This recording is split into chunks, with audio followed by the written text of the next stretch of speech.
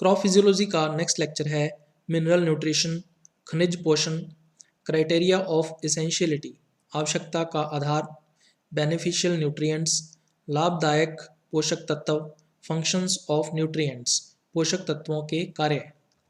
तो सबसे पहले मिनरल न्यूट्रिशन या खनिज पोषण की हम लोग बात कर लेते हैं।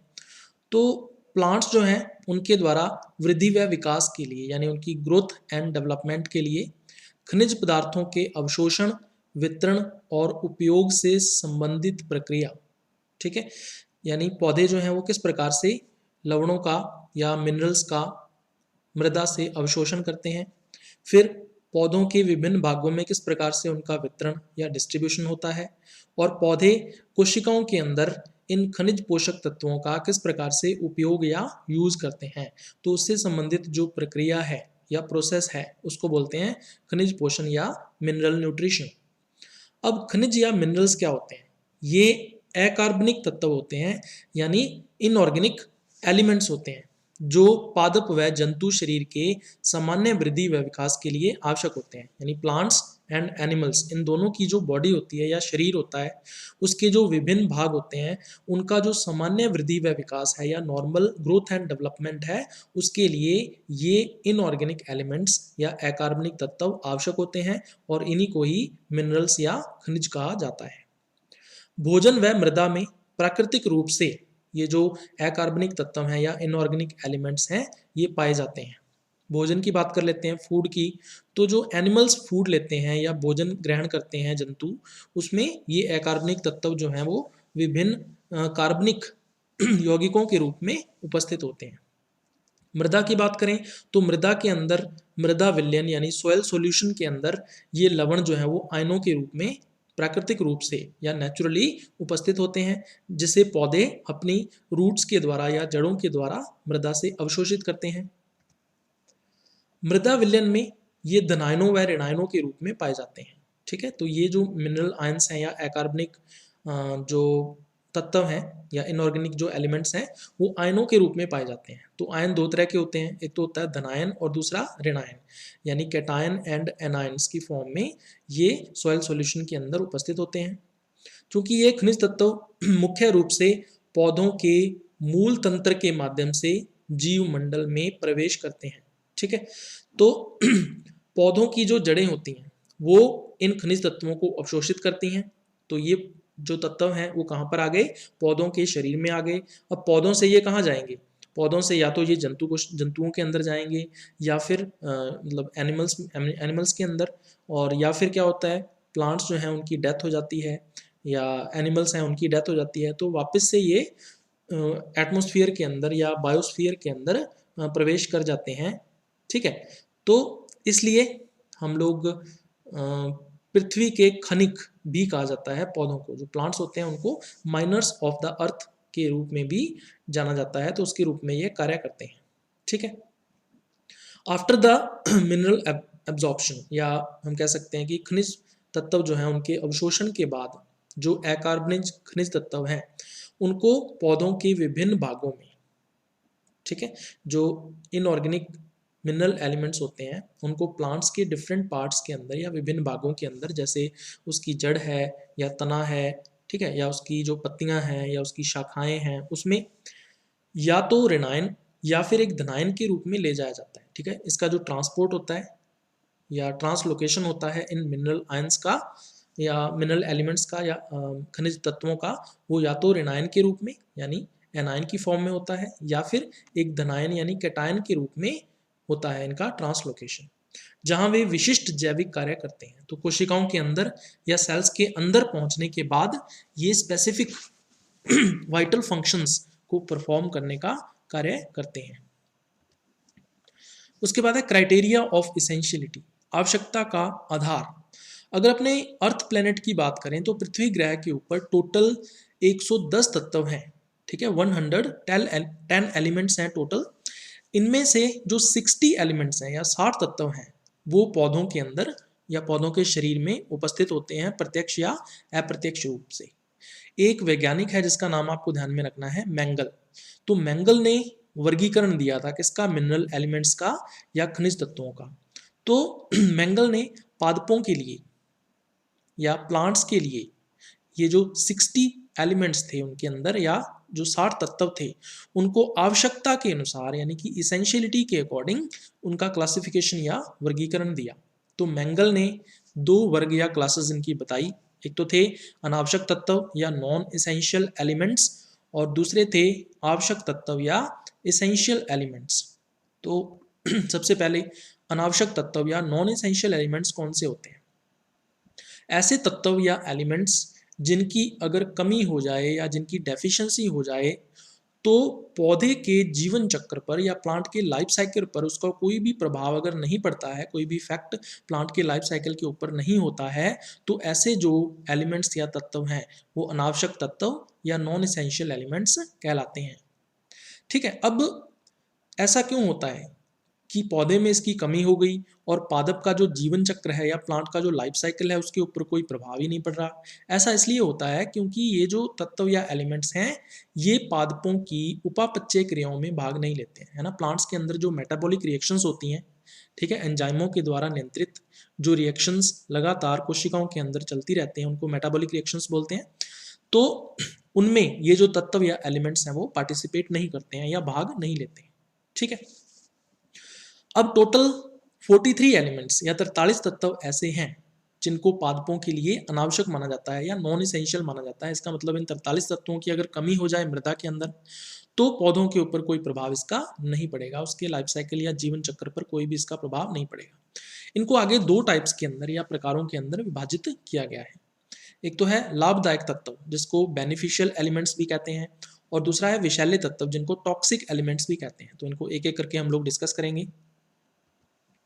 लाभकारी तत्व या बेनिफिशियल एलिमेंट्स की बात करें तो ऐसे तत्व या एलिमेंट्स जो पादपों की उपापचयी क्रियाओं में भाग नहीं लेते हैं। ठीक है, प्लांट्स के अंदर जो कोशिकाएं हैं या सेल्स हैं उनमें जो मेटाबॉलिक रिएक्शंस या उपापचयी क्रियाएं चल रही होती हैं उनमें ये तत्व या एलिमेंट्स भाग नहीं लेते हैं।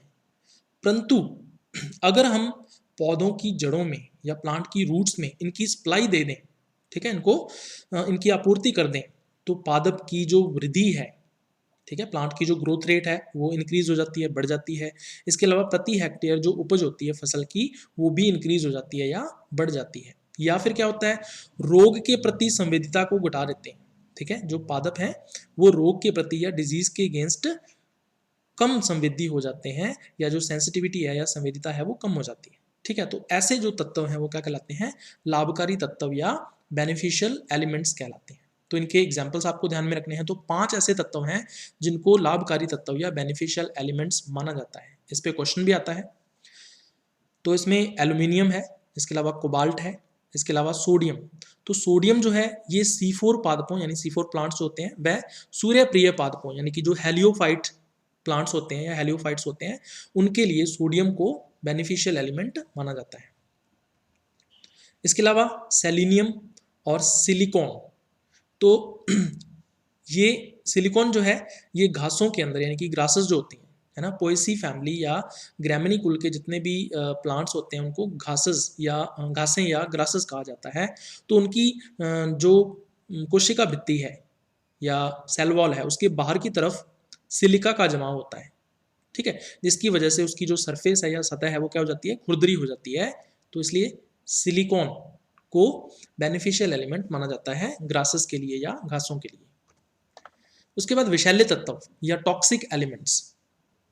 तो पादप उत्तकों में या हम कह सकते हैं प्लांट टिश्यूज में ऐसी कोई भी खनिज आयन सांद्रता, ऐसी कोई भी हम कह सकते हैं मिनरल आयन कंसंट्रेशन जो उत्तकों के शुष्क भार को, ठीक है, जो टिश्यूज हैं उनका जो शुष्क भार यानी ड्राई वेट होता है उसको लगभग 10% कम कर देती है। उनका जो ड्राई वेट है उसमें 10% का रिडक्शन आ जाता है या कमी आ जाती है।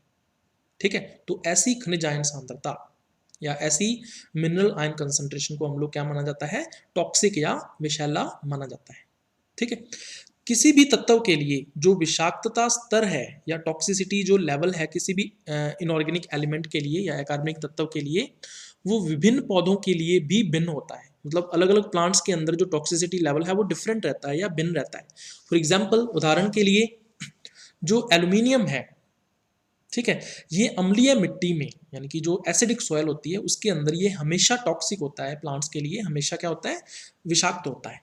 लेकिन जो चाय का पौधा है, जो टी का प्लांट है, उसके लिए ये लाभकारी तत्व है, यानी कि बेनिफिशियल एलिमेंट के रूप में कार्य करता है। ठीक है, तो इस प्रकार हम लोग क्या देख रहे हैं कि टॉक्सिसिटी लेवल या विषाक्तता जो स्तर है वो परिवर्तित होता रहता है। उसी प्रकार से यदि sodium, zinc, boron, molybdenum, calcium, copper और आयरन, इन तत्वों की अगर मृदा के अंदर या मिट्टी में या सॉइल में उच्च सांद्रता उपस्थित हो या हाई कंसंट्रेशन अगर प्रेजेंट हो, तो ये पौधों के लिए विषाक्त या टॉक्सिक होती है। ठीक है। इसी प्रकार से बहुत बार यह देखा गया है कि एक तत्व जो है अगर उसका अवशोषण हो रहा है या एब्जॉर्प्शन हो रहा है, तो वो दूसरे तत्व के अवशोषण या एब्जॉर्प्शन को रोक देता है या इनहिबिट कर देता है। तो इसका मतलब जो तत्व हैं उनके अवशोषण में या एब्जॉर्प्शन के अंदर क्या होता है, कंपटीशन या प्रतिस्पर्धा होती है। फॉर एग्जाम्पल, उदाहरण के लिए मैग्नीशियम का, अगर मैग्नीशियम आयन का अगर बहुत ज़्यादा अवशोषण कर रहे हैं पौधे, तो लोहे, मैग्नीज और कैल्शियम, इन तत्वों की कमी जो है वो पौधे के अंदर हो जाती है या इनकी कमी को ये प्रेरित या इंड्यूस करता है। उसके बाद आवश्यक तत्व या एसेंशियल एलिमेंट्स क्या होते हैं? तो ऐसे अकार्बनिक तत्व या इनऑर्गेनिक एलिमेंट्स जिनकी अगर कमी हो जाए पौधे के अंदर, अगर उनकी डेफिशिएंसी हो जाए प्लांट में, तो पादप अपना जो जीवन चक्र है, जो पादप का जो प्लांट का जो लाइफ साइकिल है, वो उसको सामान्य रूप से पूर्ण नहीं कर सकता या नॉर्मल वे में उसको कंप्लीट करने में वो असमर्थ होता है या इनकैपेबल होता है। तो ऐसा अकार्बनिक तत्व या इनऑर्गेनिक एलिमेंट्स क्या कहलाते हैं? आवश्यक तत्व या एसेंशियल एलिमेंट्स कहलाते हैं। ठीक है। अब ऐसा क्यों होता है कि इनकी कमी से पौधे अपना जीवन चक्र सामान्य रूप से पूर्ण नहीं कर पाते हैं? ऐसा क्यों होता है? ऐसा इसलिए होता है क्योंकि ये जो तत्व या एलिमेंट्स हैं, ये पादपों की उपापचय क्रियाओं के अंदर, यानी प्लांट्स की जो सेल्स हैं या कोशिकाएं हैं, उनमें जो मेटाबॉलिक रिएक्शंस चल रही हैं या उपापचय क्रियाएं चल रही हैं, उनमें ये डायरेक्टली इन्वॉल्व होते हैं या प्रत्यक्ष रूप से भाग लेते हैं। तो अगर इनकी कमी हो जाएगी तो उपापचय क्रिया नहीं हो पाएगी, जिससे पादप का जीवन चक्र सामान्य रूप से पूर्ण नहीं हो पाएगा। तो टोटल 17 एलिमेंट्स या 17 तत्व ऐसे हैं जिनको पादपों के लिए आवश्यक या इसेंशियल माना जाता है प्लांट्स के लिए।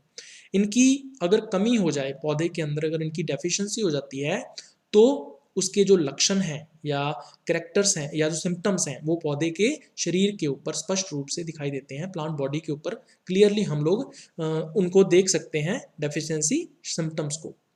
इनको फिर आगे दो टाइप्स के अंदर डिवाइड किया जाता है या विभाजित किया जाता है।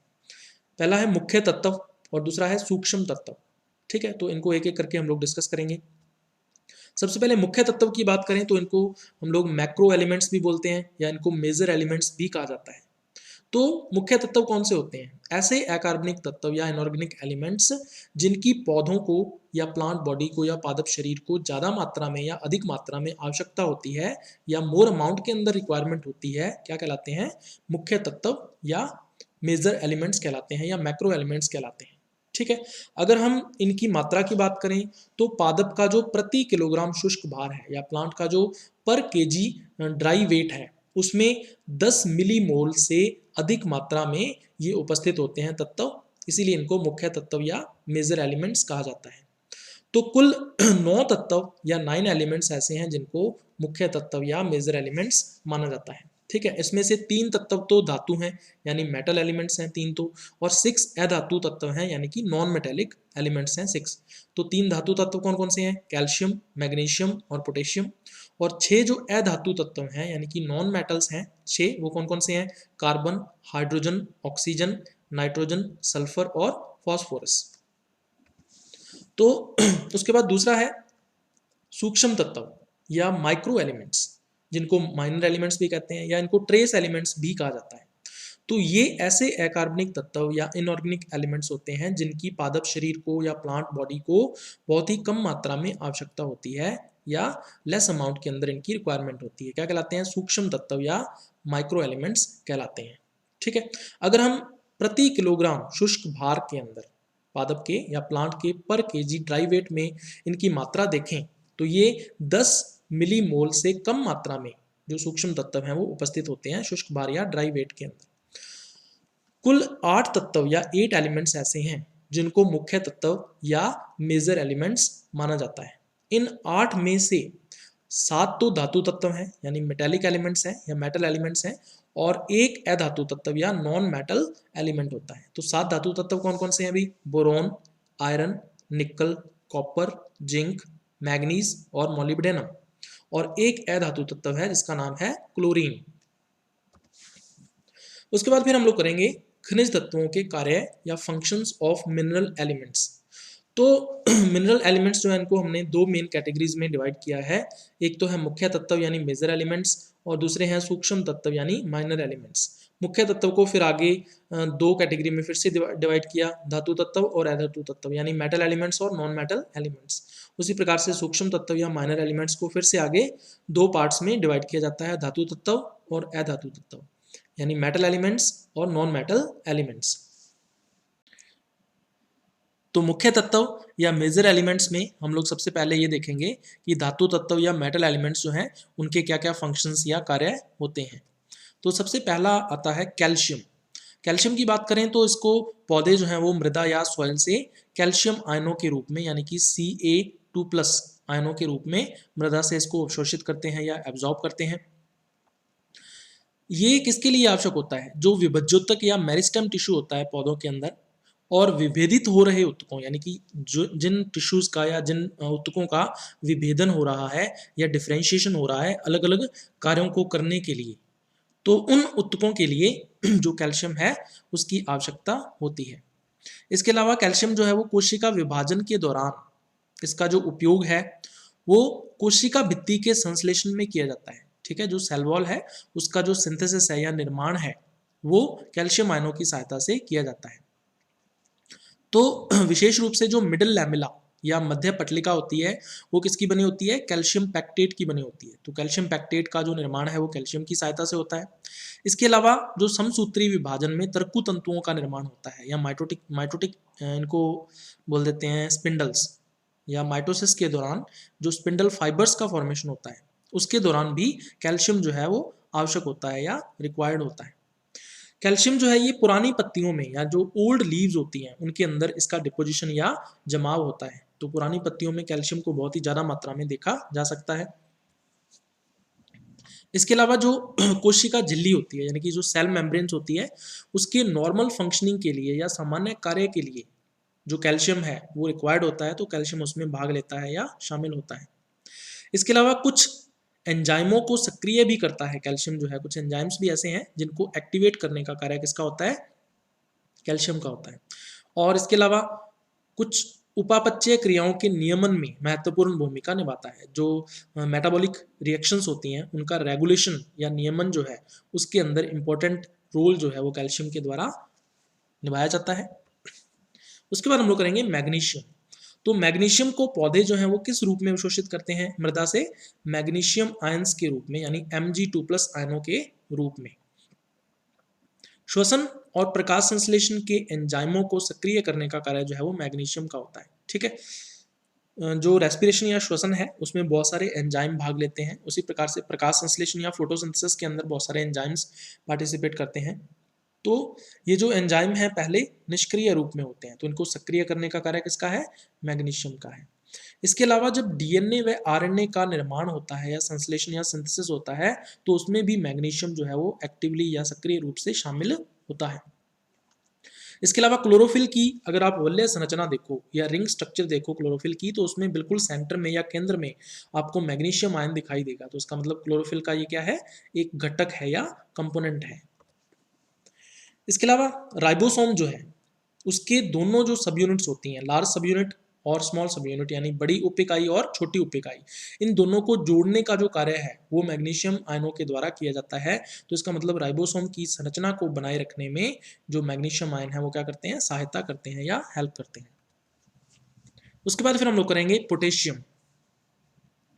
तो पौधे जो है वो पोटेशियम आयनों के रूप में यानी K+ आयनों के रूप में मृदा से अवशोषित करते हैं। अगर पोटेशियम की सबसे ज़्यादा मात्रा पौधों के अंदर हमें देखनी है तो वो हमें कहाँ पर देखने को मिलेगी? जो मेरिस्टेम टिश्यू होता है यानी कि जो विभज्योतक ऊतक होते हैं, इसके अलावा जो कलियाँ या बड्स होती हैं पौधों के अंदर, इसके अलावा जो पत्तियाँ हैं या लीव्स हैं उनके अंदर, और उसके अलावा मूल शीर्षों यानी रूट एपेक्स जो होते हैं उनमें सबसे ज़्यादा मात्रा में, प्रचुर मात्रा में पोटेशियम की आवश्यकता होती है, तो वहाँ पर सबसे ज़्यादा देखा जा सकता है। ये करता क्या है, इसकी कार्य की बात करें तो पौधों के अंदर जो कोशिकाएं हैं या प्लांट सेल्स जो होती हैं उनमें धनायन ऋणायन के संतुलन को बनाए रखता है। ठीक है, जो आयनिक इक्विलिब्रियम है यानी कैटायन एंड एनायन का जो इक्विलिब्रियम या संतुलन है उसको बनाने का कार्य पोटेशियम का होता है। इसके अलावा प्रोटीन संश्लेषण या जो प्रोटीन का निर्माण होता है, सिंथेसिस होता है, उसमें भी पोटेशियम का महत्वपूर्ण योगदान है। इसके अलावा रंध्रों के खुलने व बंद होने, जिसको स्टोमेटल मूवमेंट या रंध्रीय गति बोल देते हैं, तो उसमें भी पोटेशियम आयन जो है वो इम्पोर्टेंट रोल प्ले करता है। इसके अलावा एंजाइमों की सक्रियता, ठीक है, जो एंजाइम्स होते हैं उनको एक्टिवेट करने का कार्य भी पोटेशियम करता है। और कोशिकाओं की स्फीतता यानी जो सेल्स हैं उनकी टर्जिडिटी को या स्फीतता को बनाए रखने में भी पोटेशियम जो है वो महत्वपूर्ण योगदान जो है वो अपना देता है। उसके बाद मुख्य तत्व या मेजर एलिमेंट्स में हम लोग दूसरा करेंगे अधातु तत्व या नॉन मेटल एलिमेंट्स। तो कौन कौन से नॉन मेटल एलिमेंट्स हैं वो हम लोग एक एक करके देखेंगे। तो सबसे पहले 3 फ्रेमवर्क एलिमेंट्स देखते हैं, कार्बन, हाइड्रोजन और ऑक्सीजन। तो इनका काम क्या है, अभी इनका काम होता है जैव अणुओं के घटक, जितने भी बायोमोलिक्यूल्स होते हैं पौधों के अंदर उन सभी में कार्बन, हाइड्रोजन और ऑक्सीजन जो है वो आवश्यक रूप से उपस्थित होते हैं। कोशिकाओं के संरचनात्मक तत्व, इसका मतलब क्या है, भी जो सेल्स या कोशिकाएं होती हैं, पादप कोशिकाएं, उनकी संरचना का जो निर्माण है वो इन 3 तत्वों के द्वारा किया जाता है। तो सबसे ज्यादा मात्रा में कार्बन, हाइड्रोजन और ऑक्सीजन जो है वो कोशिकाओं के संरचना के निर्माण में भाग लेते हैं। दूसरा है नाइट्रोजन। तो पौधों को नाइट्रोजन की सबसे ज्यादा मात्रा में आवश्यकता होती है, तो बहुत बड़ी मात्रा जो है नाइट्रोजन की आवश्यक होती है पौधों के लिए या प्लांट्स के लिए। यह सभी पादप भागों, जितने भी प्लांट पार्ट्स होते हैं, विशेष रूप से विभज्योतक ऊतकों जो मेरिस्टेम टिश्यूज होते हैं प्लांट्स के अंदर, और उपापचय रूप से सक्रिय कोशिकाओं के लिए यानी मेटाबॉलिकली जो एक्टिव सेल्स होती हैं, यानी जिनमें एक्टिवली या सक्रिय रूप से मेटाबॉलिक रिएक्शंस या उपापचय क्रियाएं लगातार चल रही होती हैं, उन कोशिकाओं के लिए नाइट्रोजन की सबसे ज्यादा आवश्यकता होती है। ठीक है, तो पौधे जो हैं वो किस रूप में नाइट्रोजन को अवशोषित करते हैं, तो सबसे ज़्यादा जो पौधे हैं या मुख्य रूप से पौधे नाइट्रेट आयनों के रूप में या NO3 नेगेटिव आयंस के रूप में अवशोषित करते हैं मृदा से नाइट्रोजन को। और कुछ को ये नाइट्राइट यानी NO2 नेगेटिव या अमोनियम आयनों यानी NH4+ आयनों के रूप में भी इनको अवशोषित किया जाता है। ये बहुत सारे जैव अणुओं यानी बायोमोलिक्यूल्स के घटक होते हैं जिनका निर्माण या सिंथेसिस जो है वो उपापचय क्रियाओं यानी मेटाबॉलिक रिएक्शंस में होता है, जैसे अमीनो अम्लों का। इसके अलावा प्रोटीन जो है जो कि अमीनो अम्लों के ही बने होते हैं। इसके अलावा जो न्यूक्लिक अम्ल है उसके अंदर जो नाइट्रोजनिक क्षार होते हैं वो नाइट्रोजन उसके लिए आवश्यक होती है। इसके अलावा क्लोरोफिल जो है उसमें नाइट्रोजन जो है वो उसकी संरचना का भाग होते हैं। विटामिन के अंदर नाइट्रोजन खूब पाया जाता है, और हार्मोन्स जो है उनकी संरचना में भी नाइट्रोजन जो है वो प्रमुख घटक या जो मेन कंपोनेंट होता है। उसके बाद सल्फर की बात करें तो पौधे जो हैं वो सल्फेट आयनों के रूप में सल्फर को मृदा से अवशोषित करते हैं। तो सल्फेट आयन यानी SO4 डाइनेगेटिव आयंस की फॉर्म में ये अवशोषित करते हैं। जो सल्फर है वो 2 अमीनो अम्लों में उपस्थित होती है। तो ये कौन कौन से हैं, एक तो सिस्टीन और दूसरा है मैथियोनिन। इन दोनों अमीनो अम्लों में सल्फर उपस्थित होती है, तो ये सल्फर कंटेनिंग अमीनो अम्ल है, और इन अमीनो अम्लों की सहायता से प्रोटीन जो है वो बनाई जाती है। ठीक है, तो प्रोटीन के घटक होते हैं ये अमीनो अम्ल। इसके अलावा जो सल्फर है वो अनेक सह एंजाइम यानी जो को एंजाइम्स होते हैं, विटामिन्स में मुख्य रूप से जो थायमिन है, बायोटिन है और को एंजाइम ए है। ठीक है, इसके अलावा फेरेडॉक्सिन। ठीक है, तो ये जो जैव अणु है या बायोमोलिक्यूल्स हैं इनके ये सल्फर जो है वो कंपोनेंट या घटक होता है। उसके बाद फास्फोरस की बात कर लेते हैं। तो पौधे फॉस्फेट आयनों के रूप में मृदा से या सॉइल से फास्फोरस को अवशोषित करते हैं या एब्जॉर्ब करते हैं। तो फॉस्फेट आयन या तो H2PO4 नेगेटिव हो सकता है या फिर HPO4 डाइनेगेटिव हो सकता है। फास्फोरस की बात करें तो जो कोशिका झिल्ली है, ठीक है, उसमें जो फॉस्फोलिपिड्स होते हैं उसमें फास्फोरस का विशेष योगदान होता है। इसके अलावा कुछ प्रोटीन्स भी ऐसी होती हैं जिनमें फास्फोरस होता है। इसके अलावा जो सभी न्यूक्लिक अम्ल होते हैं, ठीक है, न्यूक्लिक अम्लों के अंदर फॉस्फेट आयनों के रूप में फास्फोरस की उपस्थिति अनिवार्य होती है। न्यूक्लियोटाइड्स का फॉस्फेट जो है वो मुख्य घटक होता है। ठीक है, तो ये कंपोनेंट के रूप में इन यहाँ पर या संरचना के निर्माण में ये भाग लेता है। इसके अलावा जितनी भी फॉस्फोराइलेशन रिएक्शंस होती हैं या फॉस्फोरिलीकरण अभिक्रियाएं होती हैं जिनमें फॉस्फोरस जुड़ता है किसी यौगिक के साथ जिसमें एटीपी का निर्माण होता है, तो उसमें फॉस्फोरस जो है वो फॉस्फेट आयनों के रूप में आवश्यक होता है या एसेंशियल होता है। उसके बाद फिर हम लोग करेंगे सूक्ष्म तत्व या माइनर एलिमेंट्स। तो माइनर एलिमेंट्स को भी फिर दो कैटेगरी में डिवाइड किया गया था। तो सबसे पहले हम लोग धातु तत्व या मेटल आयंस की बात करेंगे। तो इनको भी एक एक करके हम लोग डिस्कस करते हैं अभी कि इनके कार्य या फंक्शंस क्या क्या हैं। सबसे पहले बोरोन की बात कर लेते हैं। तो बोरोन को बोरेट आयनों के रूप में मृदा से या सॉइल से अवशोषित या एब्जॉर्ब किया जाता है पौधों के द्वारा। तो BO3 ट्राई नेगेटिव आयंस हो सकते हैं या फिर B4O7 डाई नेगेटिव आयनों के रूप में बोरोन का अवशोषण पौधे कर सकते हैं। इसके उपयोग की बात करें तो कैल्शियम आयनों का जो अवशोषण है पौधों के द्वारा, जो कैल्शियम का अवशोषण किया जाता है उसमें बोरोन की महत्वपूर्ण योगदान होता है। इसके अलावा जो कैल्शियम आयनों का उपयोग करते हैं पौधे उसमें भी महत्वपूर्ण योगदान होता है बोरोन का। इसके अलावा जो झिल्ली के कार्य हैं यानी जो मेम्ब्रेन है उसके फंक्शंस होते हैं वो बोरोन के द्वारा उसमें सहायता की जाती है।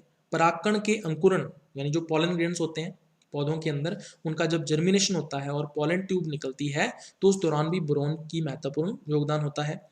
इसके अलावा कोशिका लंबवन यानी कि जो सेल है वो इलोंगेट होती है, अपनी लंबाई में वृद्धि करती है, तो उसमें बोरोन की आवश्यकता होती है। इसके अलावा कोशिका विभेदन यानी सेल डिफरेंशिएशन, जो कोशिकाएं हैं वो अलग अलग टाइप्स में या प्रकारों में विभेदित हो जाती हैं और अलग अलग कार्य करने लगती हैं, तो उसमें भी बोरोन का महत्वपूर्ण योगदान होता है। और कार्बोहाइड्रेट के स्थानांतरण में जो कार्बोहाइड्रेट्स हैं उनका जब ट्रांसलोकेशन होता है पौधों के अंदर उसके विभिन्न भागों में, तो उसमें भी बोरोन जो है वो आवश्यक होता है। उसके बाद आयरन की बात कर लेते हैं। तो आयरन को पौधे जो हैं वो फेरिक आयनों के रूप में अवशोषित करते हैं मृदा से। ठीक है, यानी Fe try plus, Fe try positive या Fe3+ के रूप में ये पौधे अवशोषित करते हैं मृदा से। अन्य सूक्ष्म पोषक तत्वों की तुलना में बड़ी मात्रा में इसकी आवश्यकता होती है। ठीक है, मतलब अगर हम अदर माइक्रो एलिमेंट्स के साथ कंपैरिजन करें, तुलना करें, तो आयरन की सबसे ज़्यादा मात्रा में या बड़ी मात्रा जो है वो आवश्यक होती है पौधों के लिए, तो पौधे इसको अवशोषित करते हैं मृदा से। तो इसके कार्य की बात करें तो ये मुख्य घटक या मेन कंपोनेंट होता है किसका, ऐसी प्रोटीन्स का जो इलेक्ट्रॉन स्थानांतरण में भाग लेती हैं। इलेक्ट्रॉन स्थानांतरण का मतलब ये है कि ऑक्सीडेशन या रिडक्शन की जो प्रक्रिया होती है या अपचयन व ऑक्सीकरण की जो प्रक्रिया होती है उसमें भाग लेती हैं।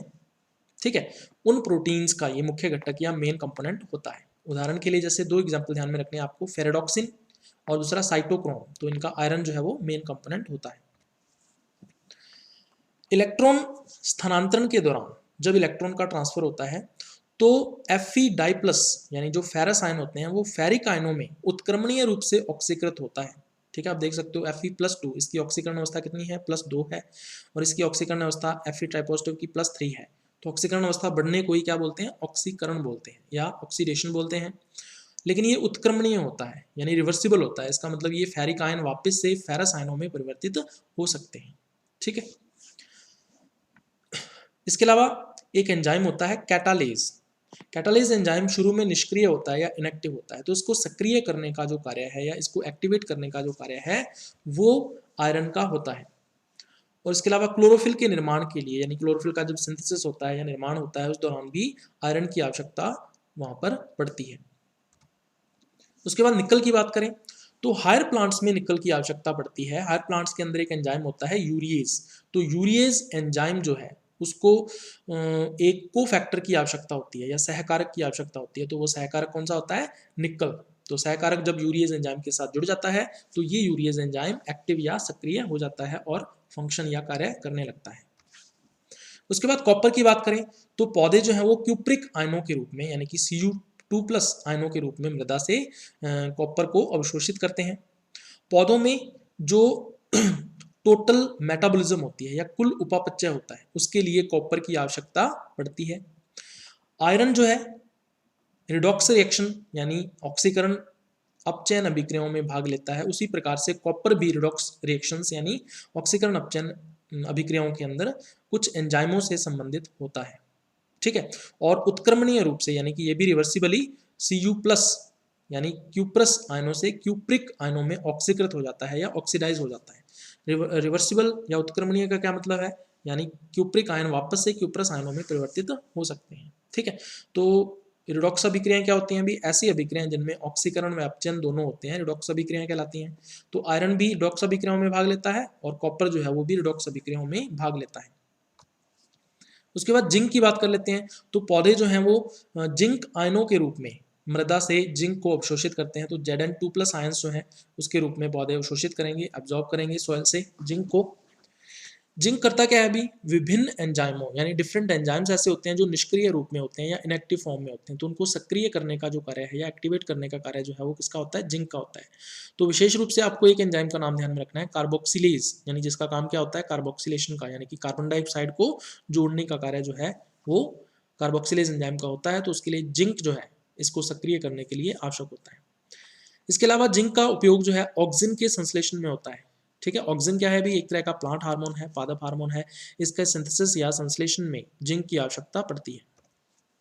उसके बाद मैग्नीज की बात कर लेते हैं। तो मैग्नीज जो है वो मैग्नीज आयनों के रूप में अवशोषित होते हैं मृदा से पौधों के द्वारा, यानी Mn2+ आयनों के रूप में ये अवशोषित होते हैं। अगर हम मैग्नीज आयनों की कार्यों की बात कर लें तो प्रकाश संश्लेषण यानी कि फोटोसिंथेसिस, इसके अलावा जो श्वसन यानी रेस्पिरेशन है, इसके अलावा नाइट्रोजन उपापचयन यानी नाइट्रोजन मेटाबॉलिज्म में बहुत सारे एंजाइम हैं जो शामिल होते हैं। अनेक एंजाइमों को सक्रिय करने का जो काम है या एक्टिवेट करने का जो काम है वो मैग्नीज के द्वारा किया जाता है। मैग्नीज का सबसे अच्छा जो परिभाषित कार्य है ना, जो वेल डिफाइंड फंक्शन है मैग्नीज का, वो है प्रकाश संश्लेषण के दौरान, यानी कि जब फोटोसिंथेसिस हो रहा होता है उस दौरान O2 को मुक्त करने के लिए जल के प्रकाश अपघटन में है, यानी वाटर जो है उसका फोटोलाइसिस होता है और ऑक्सीजन मुक्त होती है, तो उसमें मैग्नीज जो है उसका विशेष योगदान होता है। उसके बाद मॉलिब्डेनम की बात करें तो पौधे जो हैं वो मॉलिब्डेट आयनों के रूप में मृदा से मॉलिब्डेनम को अवशोषित करते हैं या एब्जॉर्ब करते हैं। तो मॉलिब्डेट आयन जो है उनका फॉर्मूला क्या है अभी, MoO2+2+। इसके अलावा कुछ एंजाइम हैं जैसे नाइट्रोजिनेज और नाइट्रेट रिडक्टेज। ठीक है, इन दोनों एंजाइमों के साथ साथ कुछ और भी एंजाइम हैं जिनका मॉलिब्डेनम एक घटक या कंपोनेंट होता है। ठीक है, ये जो एंजाइम है वो नाइट्रोजन की उपापचय में भाग लेते हैं, यानी कि नाइट्रोजन मेटाबॉलिज्म जो होता है जिसमें नाइट्रोजन फिक्सेशन वगैरह है ना, उसमें ये मॉलिब्डेनम जो है वो भाग लेते हैं। उसके बाद दूसरे जो सूक्ष्म तत्व हैं यानी कि अधातु तत्व या नॉन मेटल एलिमेंट्स हैं जिसमें एक ही तत्व आता है क्लोरीन, तो उसके फंक्शंस या कार्य की बात कर लेते हैं हम लोग।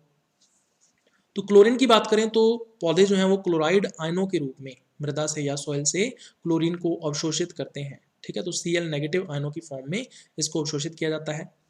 इसके कार्य की बात कर लें तो सोडियम व पोटेशियम आयनों के साथ यह कोशिकाओं में विलेय सांद्रता और धनायन ऋणायन संतुलन को निर्धारित करने में सहायता करता है। ठीक है, जो सेल्स के अंदर विलेय की सांद्रता है यानी कि जो सॉल्यूट है उसकी कंसंट्रेशन है, और धनायन ऋणायन यानी कि जो कैटायंस और एनायंस है उनका जो इक्विलिब्रियम या संतुलन होता है उसको निर्धारित या डिटरमाइन करने में क्लोराइड आयंस जो है वो सहायता करते हैं। किसके साथ मिलकर, सोडियम व पोटेशियम आयनों के साथ मिलकर।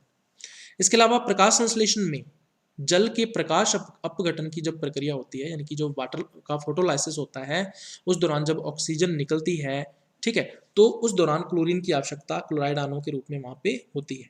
ठीक है, तो क्लोराइड आयंस ही या क्लोरीन ही ऐसी है जो ऑक्सीजन को मुक्त करने का कार्य करती है। तो ये था अभी अपना आज का लेक्चर।